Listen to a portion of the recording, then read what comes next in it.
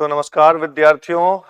अ, फिर से आपका स्वागत है इस ऑनलाइन फाउंडेशन वीडियो सीरीज में। और इस फाउंडेशन सीरीज का हम लोगों का लक्ष्य है कि आपके एमपीजीके से संबंधित जितने भी इंपॉर्टेंट टॉपिक्स हैं, चाहे वह हिस्ट्री हो, ज्योग्राफी हो, पॉलिटी हो, इकोनॉमी हो या ट्राइब्स के टॉपिक्स हो, उसको हम लोग इस फाउंडेशन सीरीज के माध्यम से आपके सामने बड़ा ही सरल शब्दों में आपको समझाने का प्रयास करें। तो हम लोग जिस टॉपिक पे बात कर रहे हैं वो है मध्य प्रदेश के प्रमुख राजवंश। और इसमें हम लोग बात कर रहे हैं पहले मध्य प्रदेश के प्राचीन राजवंश। और इसमें इससे पहले के जो दो वीडियोस हैं उसमें मैंने ऑलरेडी आप लोगों को समझाने का प्रयास किया था। महाजनपद में हम लोगों ने दो महाजनपद कवर किया, अवंती महाजनपद और फिर चेदी महाजनपद। इसके बाद हम लोग पहुंचे मौर्योत्तर काल में। और यहाँ पर जो प्रमुख राजवंश हम लोगों ने कवर किया वो था बोधि राजवंश, मगध राजवंश, नाग राजवंश और गर्दभिल्ल राजवंश। और आज हम लोग इसी सीरीज के तहत प्राचीन भारत के जो राजवंश हैं, मध्य प्रदेश से संबंधित राजवंश, उसको इस वीडियो में हम लोग फिनिश करेंगे। और आज बात करने जा रहे हैं गुप्त और गुप्तोत्तर काल से संबंधित मध्य प्रदेश के प्रमुख राजवंश।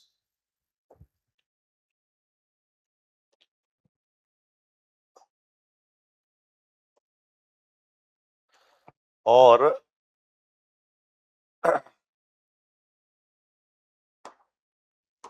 इस पर हम लोग बात करने जा रहे हैं, यही है टॉपिक, मध्य प्रदेश के क्या गुप्त और गुप्तोत्तर काल से संबंधित प्रमुख राजवंश। तो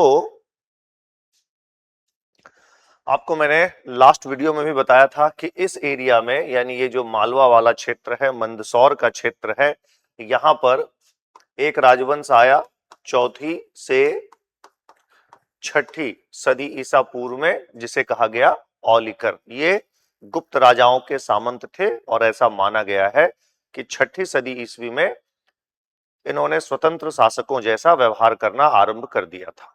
और फिर हम लोग यहां से पहुंच रहे हैं पूर्वी मध्य प्रदेश की ओर। और इस बुंदेलखंड वाले क्षेत्र में थोड़ा सा सतना वाला एरिया को भी हम लोग यदि शामिल कर लें तो यहां पर आपको जो राजवंश मिलने वाला है उसे कहा गया था परिव्राजक राजवंश। और इसके पश्चात ये सतना, कटनी, ये सब वाले क्षेत्र में एक राजवंश आने वाला है, वो है उच्च कल्प राजवंश। और ये मैकाल, अमरकंटक वाले क्षेत्र में जो राजवंश आने वाले हैं वो है क्या, वो है पांडु राजवंश। क्लियर? तो चलिए हम लोग स्टार्ट करते हैं। पहला जो टॉपिक कवर करने जा रहे हैं वह है आपका उच्च कल्प राजवंश। ध्यान से सुनना है। तो उच्च कल्प राजवंश किस क्षेत्र में शासन कर रहा है? तो सतना जिले में एक स्थान है ऊंचेहरा, यही जो है उस समय का उच्च कल्प है। और यहां से और इसके आसपास के क्षेत्र में जिस राजवंश के राजाओं ने शासन किया उसे नाम दिया गया है उच्च कल्प। ध्यान देना है कि उच्च कल्पवंशी जो शासक थे यह गुप्त राजाओं के सामंत थे। अपने अभिलेखों में उच्च कल्पवंशी शासकों ने गुप्त संवत का उल्लेख किया है। यहां पर हमें दो राजाओं के बारे में विशेष रूप से थोड़ी जानकारी प्राप्त करनी है और वे राजा हैं जयनाथ और सर्वनाथ।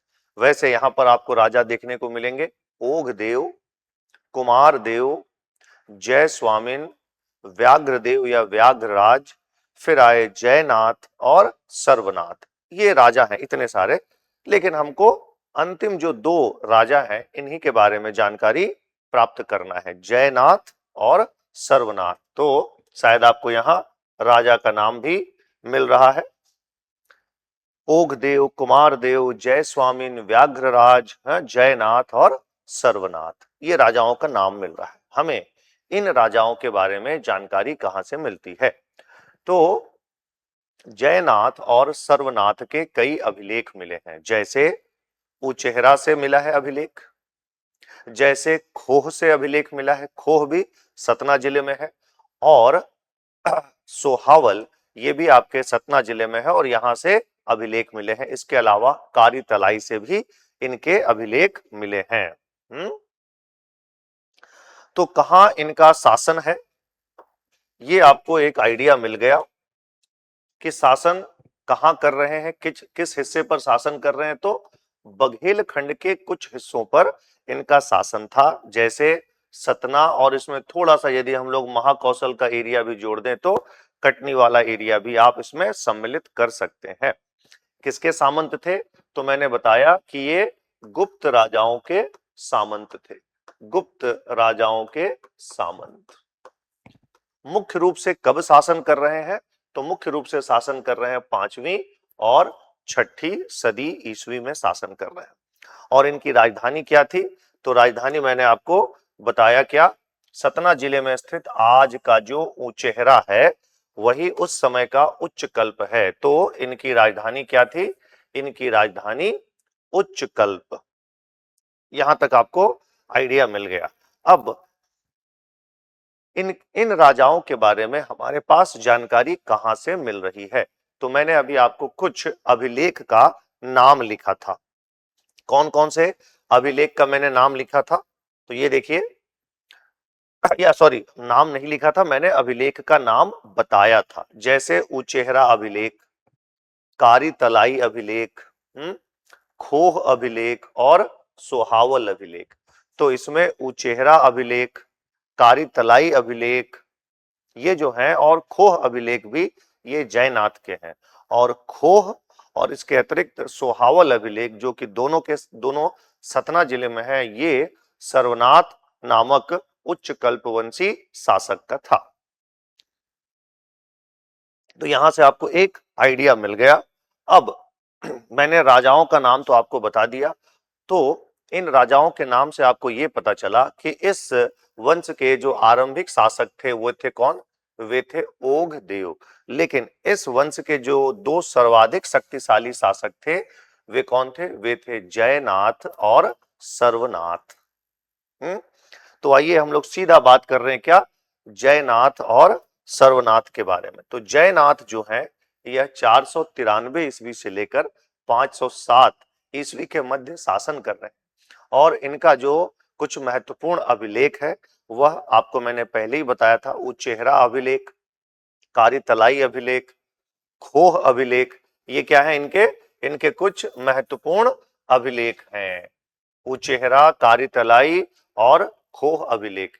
इन अभिलेखों से हमें जानकारी मिलती है कि जयनाथ जो हैं यह ब्राह्मण धर्म के पोषक थे और इन्होंने ब्राह्मणों को भूमि अनुदान दिया था। इसके अतिरिक्त ये जो खोह अभिलेख है इससे हमें पता चल रहा है क्या? इससे हमें पता चल रहा है इनके पूर्वजों के बारे में। ये आपको अपने दिमाग में अच्छे से सेट कर लेना है कि खोह अभिलेख से हमें उच्च कल्पवंशी शासकों की वंशावलियां मिलती हैं।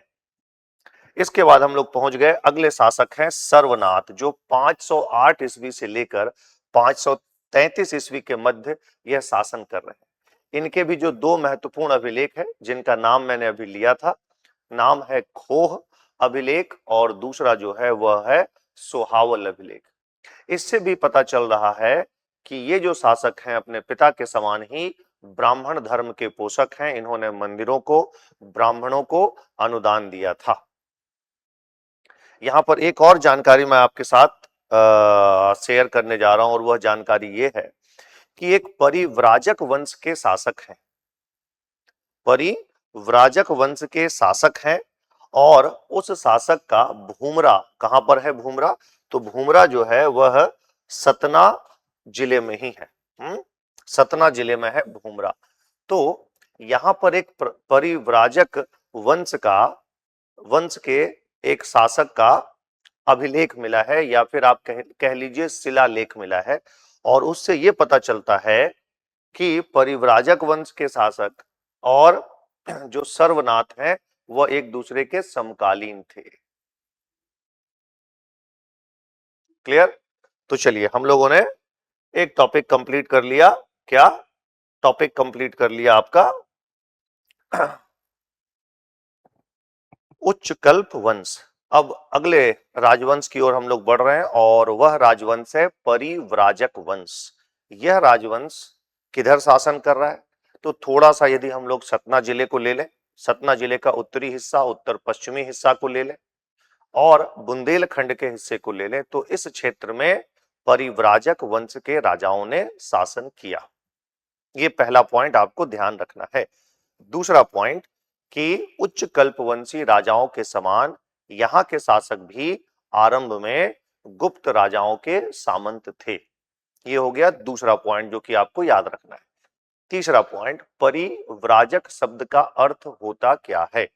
तो परिव्राजक शब्द का अर्थ होता है भ्रमणशील सन्यासी। यहाँ के राजाओं ने अपना संबंध स्थापित करने का प्रयास किया है, या परिव्राजक वंश के राजाओं ने अपना संबंध स्थापित करने का प्रयास किया है भारद्वाज ऋषि के गोत्र से। तो परिव्राजक वंश के राजाओं ने स्वयं को भारद्वाज ऋषि के गोत्र से संबंधित किया है।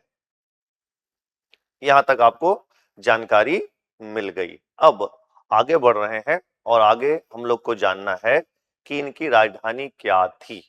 तो इनकी राजधानी को लेकर अभी तक विद्वानों में एक मत नहीं है। विद्वानों का एक समूह कह रहा है कि इनकी जो राजधानी थी वह क्या है? वह राजधानी थी नागौद। एक वर्ग यही कह रहा है कि इनकी राजधानी कहाँ है? नागौद है। कहां पर है ये? सतना में है नागौद। लेकिन इतिहासकार का एक और समूह है जो कहता है कि नहीं, इनकी राजधानी नागौद नहीं वरन कहां है? पन्ना। तो राजधानी को लेकर अभी भी कंफ्यूजन, अभी भी संशय की स्थिति बनी हुई है। या तो इनकी राजधानी नागौद या फिर क्या? पन्ना। चलिए अब आगे बढ़ते हैं। अब हम लोग कुछ राजाओं के बारे में नाम जानने जा रहे हैं। तो परिव्राजक वंश के जो अभिलेख मिले हैं वो कहां से मिले हैं? वो भूमरा से मिला है, खोह से मिला है, मंझगावा से मिला है और एक अभिलेख तो बैतूल से भी मिला है। लेकिन सामान्यतः खोह के जो अभिलेख हैं वो और भूमरा का जो शिलालेख है वो हमारे लिए काफी महत्वपूर्ण है और ये दो अभिलेख हमें ध्यान रखना है। इसमें भूमरा का शिलालेख को छोड़ दिया जाए तो सारे के सारे जो अभिलेख हैं वह ताम्रलेख हैं, है ना। मंझगावा में मिला, भूमरा में मिला, खोह में मिला और एक बैतूल में भी मिला है। तो इन अभिलेखों से पता चलता है कि इस वंश के जो आरंभिक व्यक्ति हैं जिनकी तुलना अगस्त के साथ या ऋषि अगस्त के साथ की गई है वे हैं सुशर्मन। सुशर्मन जो आरंभिक, हालांकि इनका वर्णन एक राजा के रूप में नहीं मिलता है, ये आपको ध्यान देना है। इनका वर्णन जो है एक राजा के रूप में नहीं मिलता है। सुशर्मन राजा के रूप में जो मिल रहा है वो है महाराज देवाढ्य, प्रभंजन, दामोदर, हस्तिन और संक्षोभ। यही राजा है। क्या क्या बताया यहां आपके सामने है वो? देवाढ्य, प्रभंजन, दामोदर, हस्तिन और संक्षोभ। संक्षोभ, अच्छा यहां पर वो राजा का नाम नहीं है और ये राजा यहां पर आ गए, संक्षोभ। चलिए, तो आरंभिक, इस वंश के जो आरंभिक व्यक्ति हो गए उनका नाम मिल गया क्या? सुशर्मन। अब हम लोग आ रहे हैं इस वंश के सर्वाधिक जो शक्तिशाली शासक हैं और कहा जाता है इनके बारे में कि ये गुप्त राजाओं के सामंत तो थे लेकिन अपने अभिलेख में गुप्त राजाओं का नाम नहीं लिखते हैं। इसके आधार पर कुछ विद्वानों ने यही कहा है कि ये बाद में चलकर इन्होंने स्वतंत्र शासक जैसा व्यवहार करना आरंभ कर दिया था। तो ये राजा है हस्तिन, महाराज हस्तिन। 475 से लेकर 517 ईस्वी तक इनका शासन चल रहा है और इनके बारे में हमें जो मुख्य रूप से जानकारी मिल रही है वह है भूमरा का शिलालेख। ध्यान दीजिए, अभी मैंने आपसे बात भी किया था कि भूमरा शिलालेख में हमें एक परिव्राजक वंश के शासक का नाम मिलता है और उसी भूमरा शिलालेख में एक उच्च कल्पवंशी शासक सर्वनाथ का भी विवरण मिलता है। और इससे ये पता चलता है कि ये जो शासक हैं हस्तिन और उधर उच्च कल्पवंशी जो शासक हैं जिनका नाम है सर्वनाथ, ये दोनों एक दूसरे के समकालीन थे।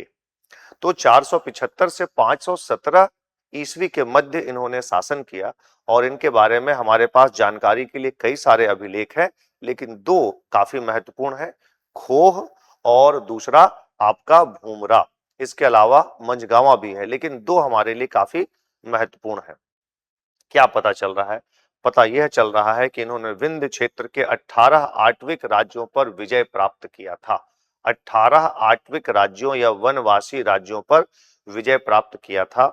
इन्होंने उच्च कल्पवंशी राजाओं के समान ब्राह्मणों को, मंदिरों को भूमि अनुदान दिया था। और भूमरा का जो अभिलेख है उससे पता चल रहा है कि ये शैव धर्म के उपासक थे। ध्यान देना है ये। तो ये आपको मैंने बताया, क्या किनके बारे में बताया? महाराज हस्तिन के बारे में। अब इनके पुत्र हैं, उनका नाम है संक्षोभ और इनके दो अभिलेख मिले हैं और दोनों के दोनों ताम्रलेख हैं और वो दो अभिलेख का नाम है आपका खोह अभिलेख और बैतूल अभिलेख। और ये जो खोह अभिलेख है हमारे लिए काफी महत्वपूर्ण है, क्योंकि इसी खोह अभिलेख से हमें परिव्राजक वंश के राजाओं की वंशावलियों की जानकारी मिलती है। तो ये एक इंपॉर्टेंट इंफॉर्मेशन हुआ। एक और इंफॉर्मेशन आप जान सकते हैं वह यह कि जहां इनके पिता शैव धर्म के उपासक थे, वहीं जो है महाराज संक्षोभ जो हैं यह वैष्णव धर्म के उपासक थे। किस धर्म के? वैष्णव धर्म के उपासक। चलिए, तो दो राजवंश आपको मैंने यहां पर अभी बताया। अब हम लोग आगे बढ़ रहे हैं और एक पहुंच चुके हैं हम लोग अमरकंटक वाले क्षेत्र, अनूपपुर वाले क्षेत्र में। और ये जो राजवंश आपको दिख रहा है बोर्ड पे, जिसको कहा गया है मैकाल का पांडुवंशी राजवंश, यह राजवंश मध्य प्रदेश के साथ साथ छत्तीसगढ़ वाले क्षेत्र में भी शासन करता था। और इस राजवंश के जो आरंभिक शासक है उनका नाम है जयबल। जयबल आरंभिक शासक है। और उच्च कल्प और परिव्राजक वंश के समान यहाँ के भी जो शासक थे, यानी ये जो पांडुवंशी शासक है मैकल के, ये आरंभ में गुप्त राजाओं के ही सामंत थे, लेकिन बाद में चलकर आने वाले हैं शासक नागबल और भरतबल, ये स्वतंत्र शासक जैसा व्यवहार करते थे। तो आरंभ में तो गुप्त राजाओं के सामंत, लेकिन बाद में चलकर ये स्वतंत्र हो गए। अब इस राजवंश के बारे में हमें जानकारी कहां से मिलती है? तो हमें जानकारी मिलती है बमहनी ताम्रपत्र शिला अभिलेख से। बमहनी अभिलेख से हमें इस राजवंश के बारे में जानकारी मिलती है। तो इस वंश के आरंभिक शासक हो गए कौन? जयबल। लेकिन मैंने अभी दो राजाओं का और नाम लिया, एक का नाम मैंने बोला था नागबल और दूसरे का नाम मैंने कहा था भरतबल। ये क्या थे? ये स्वतंत्र शासक जैसा व्यवहार करने लगे। क्लियर? तो चलिए, यहां तक हम लोगों ने कर लिया। अब हम लोग अपनी जो यात्रा है मध्य प्रदेश के पूर्वी हिस्से से हटकर अपनी यात्रा जो है या अपना पड़ाव हम लोग लेकर आ चुके हैं मध्य प्रदेश के उत्तर पश्चिमी हिस्से यानी मंदसौर और पश्चिम हिस्सा यानी मालवा की ओर आ चुके हैं। और यहां पर हमें चौथी से छठी सदी ईस्वी के मध्य मंदसौर या दसपुर में एक स्थानीय राजवंश शासन करता हुआ दिखता है और इनका प्राचीन भारत के इतिहास में बड़ा ही विशेष महत्व है। और इस राजवंश का नाम है औलिकर राजवंश या ओलिकार राजवंश। कहां से शासन कर रहे हैं? कहां इनकी राजधानी थी? मंदसौर।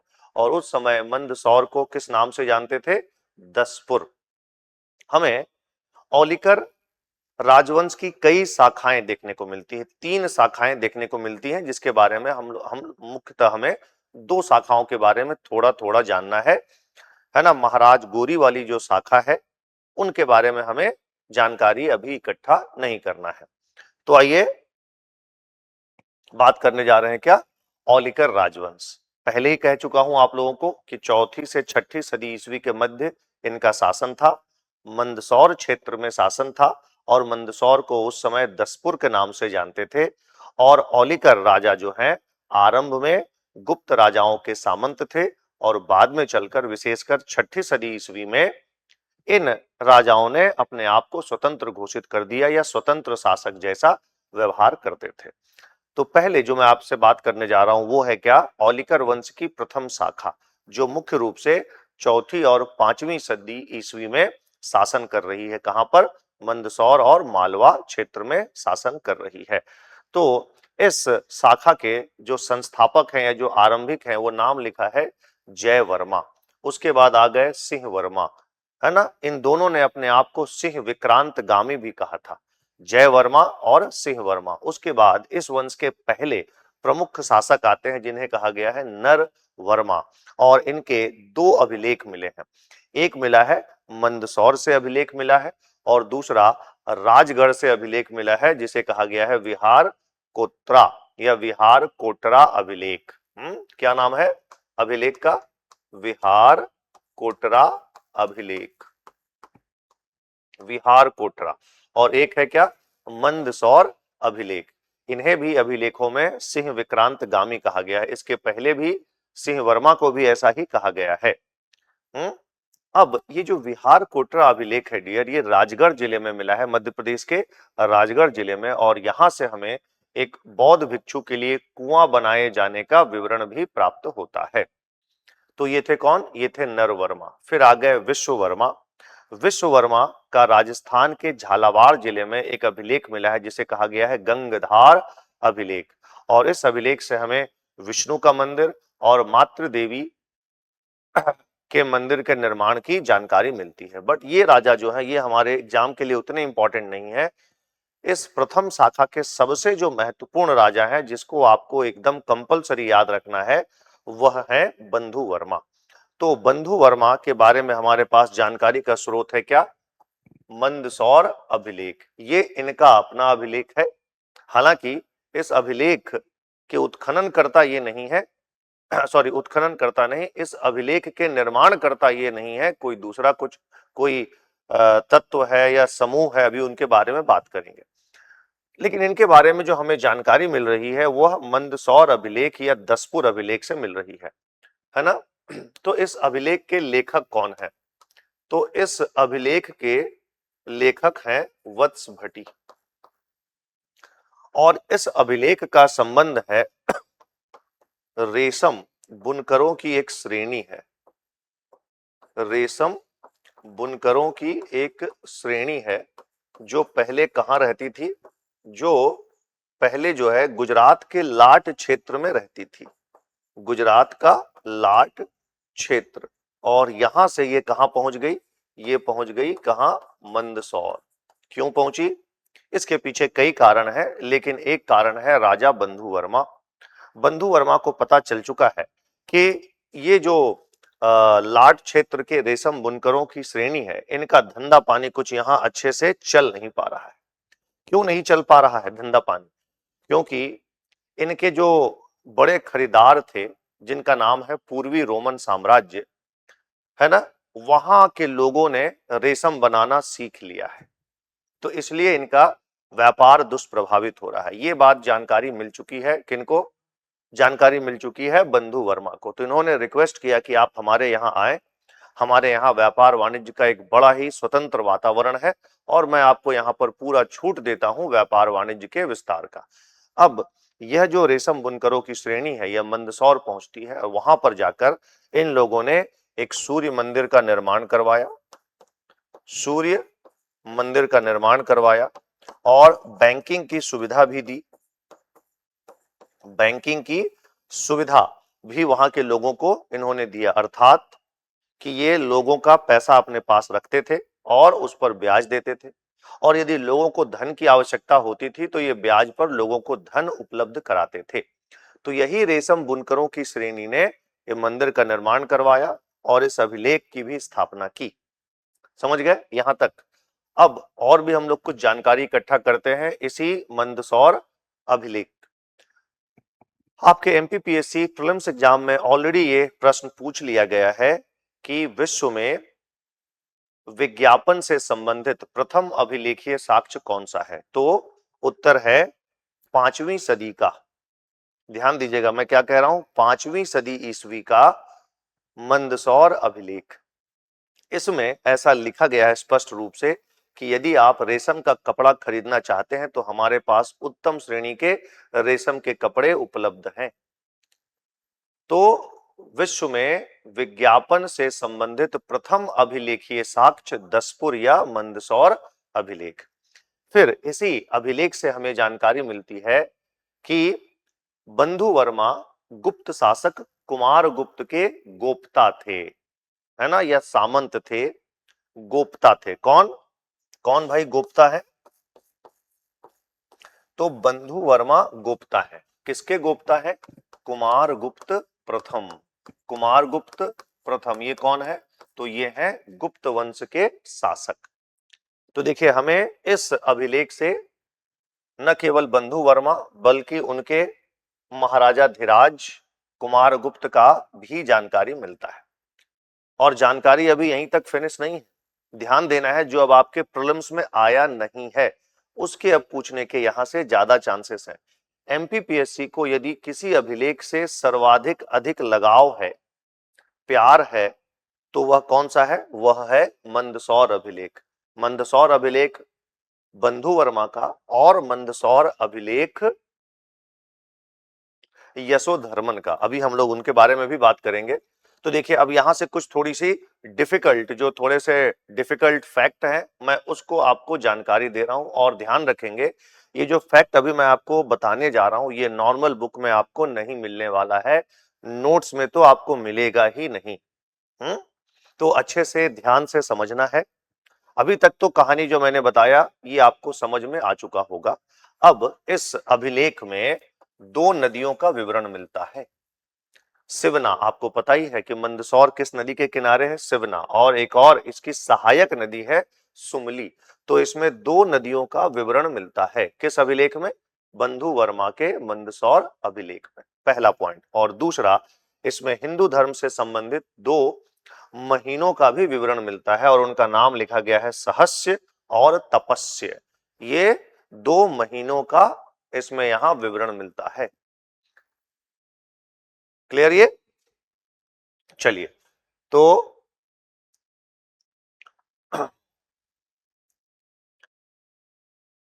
तो मैंने आपको क्या बताया डियर? अभी मैंने आपको बताया औलिकर राजवंश की पहली शाखा। औलिकर राजवंश की एक और शाखा है महाराज गोरी की शाखा, और हमें उनके बारे में छोटी सादड़ी अभिलेख से जानकारी मिलती है। यह भी कहां मिला है? मंदसौर से ही मिला है। तो छोटी सादड़ी जो अभिलेख है महाराज गोरी की, वो क्या बताता है? तो वो जानकारी देता है इनके वंशजों के बारे में। तो मैंने एक दूसरी शाखा के बारे में भी आपको एक हल्का सा जानकारी दिया। तीसरी शाखा जो कि हमारे लिए काफी महत्वपूर्ण है और आपको इसे काफी ध्यान से सुनना है क्योंकि यहां से अब प्रश्न पूछने की संभावनाएं अधिक है। तो ये जो तीसरी शाखा है, वैसे यहां लिखा हुआ है सेकंड ब्रांच, लेकिन मैंने ऑलरेडी एक और शाखा आपको बता दिया, महाराज गोरी की शाखा, है ना, वो भी औलिकर वंश से है। लेकिन ये जो शाखाएं हैं, जो पहला जिसमें जय वर्मा बताया, जय वर्मा, सिंह वर्मा, नर वर्मा, ये सब जो आए, बंधु वर्मा और उनके पहले जो है विश्व वर्मा, ये सब जो बताया, और इधर जो राजा हैं इनके बीच में क्या संबंध है, ये जानकारी हमें नहीं मिलती है। ये इस जानकारी का हम लोगों के पास अभाव है। तीसरी शाखा बात करने के पहले एक और पॉइंट मैं आपको यहां ऐड करना चाहूंगा कि ये जो औलिकर वंश के राजा हैं, इन लोगों ने अपने अभिलेखों में मालव संवत का प्रयोग किया है। कौन सा संवत? मालव संवत, अर्थात वही संवत जिसके आरंभकर्ता गर्दभिल्ल वंश के शासक विक्रमादित्य थे, और उस संवत का आरंभिक नाम था कृत संवत। इसके अलावा उसके बाद में चलकर दो और नाम लोकप्रिय हुए, जिसे हम लोग कहते हैं विक्रम संवत और दूसरा कहते हैं मालव संवत। तो औलिकर वंश के राजाओं ने अपने अभिलेख में किस संवत का प्रयोग किया है? तो अपने अभिलेख में मालव संवत का प्रयोग किया है। क्लियर? चलिए अब आगे बढ़ते हैं। तो इस जो तीसरी शाखा है, इसके यहाँ पर कई सारे राजाओं का नाम लिखा हुआ है। द्रव्यवर्धन या द्रुमवर्धन, जयवर्धन, अजीतवर्धन, विभीषणवर्धन, राज्यवर्धन। लेकिन ये राजा जो है हमारे लिए इंपॉर्टेंट नहीं है। अंतिम जो दो राजा आपको दिख रहे हैं, प्रकाश धर्म और यशोधर्मन, ये शासक हमारे लिए काफी महत्वपूर्ण है। प्रकाश धर्म और क्या, और यशोधर्मन क्यों महत्वपूर्ण है हमारे लिए? तो प्रकाश धर्म ने क्या किया? प्रकाश धर्म के बारे में, प्रकाश धर्म एक शासक है और औलिकर वंश के हैं और शक्तिशाली शासक हैं, और इन्होंने 5वीं सदी के अंतिम समय में शासन किया था मंदसौर और मालवा वाले क्षेत्र में। और इनके बारे में जो हमें जानकारी मिल रही है वह मंदसौर के पास में एक अभिलेख मिला है, रीस्थल अभिलेख। कौन सा अभिलेख? रीस्थल अभिलेख, रीस्थल अभिलेख। और इस अभिलेख में हमें जानकारी मिल रही है इनके उपाधि की, भागवत प्रकाश। इसके अलावा इस अभिलेख में हमें जानकारी मिली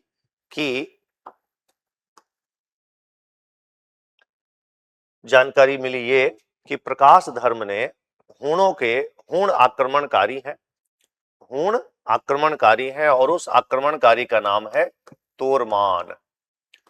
तोरमान कौन है? ये हूण शासक हैं और हूण आक्रमणकारी हैं जो मध्य एशिया से आए हुए हैं। साकल या सयालकोट इनकी राजधानी है और इन्होंने उत्तर भारत के कुछ हिस्सों पर अपना नियंत्रण स्थापित किया है। और इस तोरमान का एरण में, मध्य प्रदेश के सागर जिले में स्थित एरण में एक अभिलेख भी मिला है, वराह मूर्ति अभिलेख, जो उस वराह की मूर्ति के गर्दन पे 8 लाइन संस्कृत में लिखा गया है। और हमें इस राजा के बारे में, कौन है ये? हूण आक्रमणकारी है, इसके बारे में हमें जानकारी मिल रही है। और ये काफी शक्तिशाली था, लेकिन इससे भी शक्तिशाली हमारे औलिकर वंश के शासक थे प्रकाश धर्म, जिनकी एक उपाधि मिलती है भागवत प्रकाश। तो रीस्थल अभिलेख से हमें जानकारी मिल रही है कि इन्होंने तोरमान को पराजित किया था। तो ये काफी इंपॉर्टेंट है हमारे लिए। अब आइए अगले हैं यशोधर्मन या फिर विष्णुवर्धन। तो यशोधर्मन, जिन्हें औलिकर वंश का सबसे प्रतापी, सर्वाधिक शक्तिशाली शासक माना जाता है। अब यशोधर्मन से संबंधित हमारे पास 2 अभिलेख हैं। यशोधर्मन कौन कौन सा अभिलेख है? एक तो तिथि रहित मंदसौर अभिलेख है, और एक इनका विजय स्तंभ लेख कहलाता है, जो कि मंदसौर में ही मिला है और उसे कहा जाता है सोंधनी अभिलेख। ये उनका विजय स्तंभ अभिलेख है, विजय स्तंभ अभिलेख कह सकते हैं आप, सोंधनी अभिलेख। दोनों ही कहां मिले हैं? मंदसौर जिले में मिले हैं। क्या पता चल रहा है? तो हमें पता चल रहा है कि यशोधर्मन ने हूण आक्रमणकारी मिहिर कुल को, क्या नाम है हूण आक्रमणकारी का? मिहिर कुल नाम है। और मिहिर कुल को सौंधनी के पास एक लड़ाई हुई और वहां पर इन्होंने निर्णायक रूप से, जो कि सर्वाधिक शक्तिशाली हूण शासक था, उसे पराजित कर दिया। समझ गए? इसके अतिरिक्त हमें और भी जानकारी मिल रही है इस अभिलेख से कि इनका साम्राज्य पूरब में लौहित्य नदी यानी ब्रह्मपुत्र नदी, पूरब में लौहित्य नदी से लेकर इधर आपका पश्चिम सागर और उत्तर में हिमालय की तलहटी से लेकर दक्षिण में महेंद्र पर्वत तक इनका साम्राज्य विकसित था। और इन्हें भी विक्रमादित्य कहा गया है, अर्थात इन्होंने विक्रमादित्य की उपाधि धारण की थी। भारत में एक परंपरा है कि विदेशी आक्रमणकारियों को आप यदि हराते हैं तो आप विक्रमादित्य की उपाधि धारण कर सकते हैं। क्लियर? तो आपको बताया किसके बारे में? यशोधर्मन के बारे में। लेकिन यशोधर्मन में मैंने अभी आपसे एक जानकारी साझा नहीं की है और वह ये है कि ये जो यशोधर्मन के आपको 2 अभिलेख मिले, कौन कौन सा अभिलेख जो मैंने अभी बताया आपको, एक आपको बताया मंदसौर और दूसरा बताया मिहिरकुल। तो इस 2 अभिलेख के लेखक कौन है? तो लेखक का नाम है वासुल।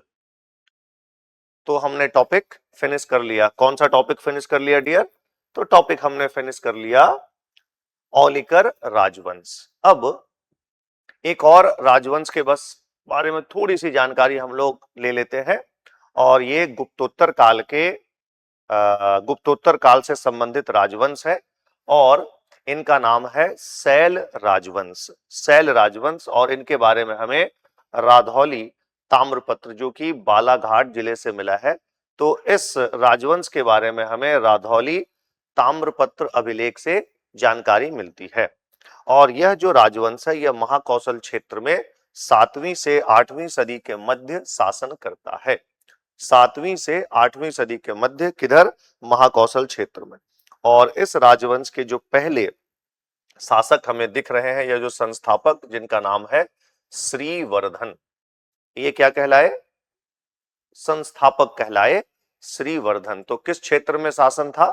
तो शासन था इनका महाकौशल क्षेत्र में 7वीं 8वीं सदी में। राजवंश का नाम है सैल राजवंश। तो दोस्तों इसी के साथ मैंने कौन सा टॉपिक फिनिश किया? टॉपिक फिनिश किया प्राचीन भारत से संबंधित मध्य प्रदेश के स्थानीय राजवंश।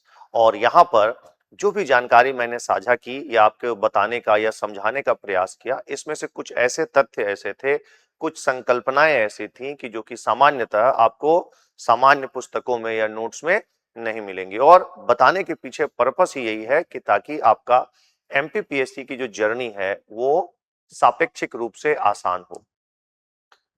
Thank you. अब एग्जाम की तैयारी को और बेहतर करने के लिए हमारे चैनल को लाइक, शेयर और सब्सक्राइब करना ना भूलें।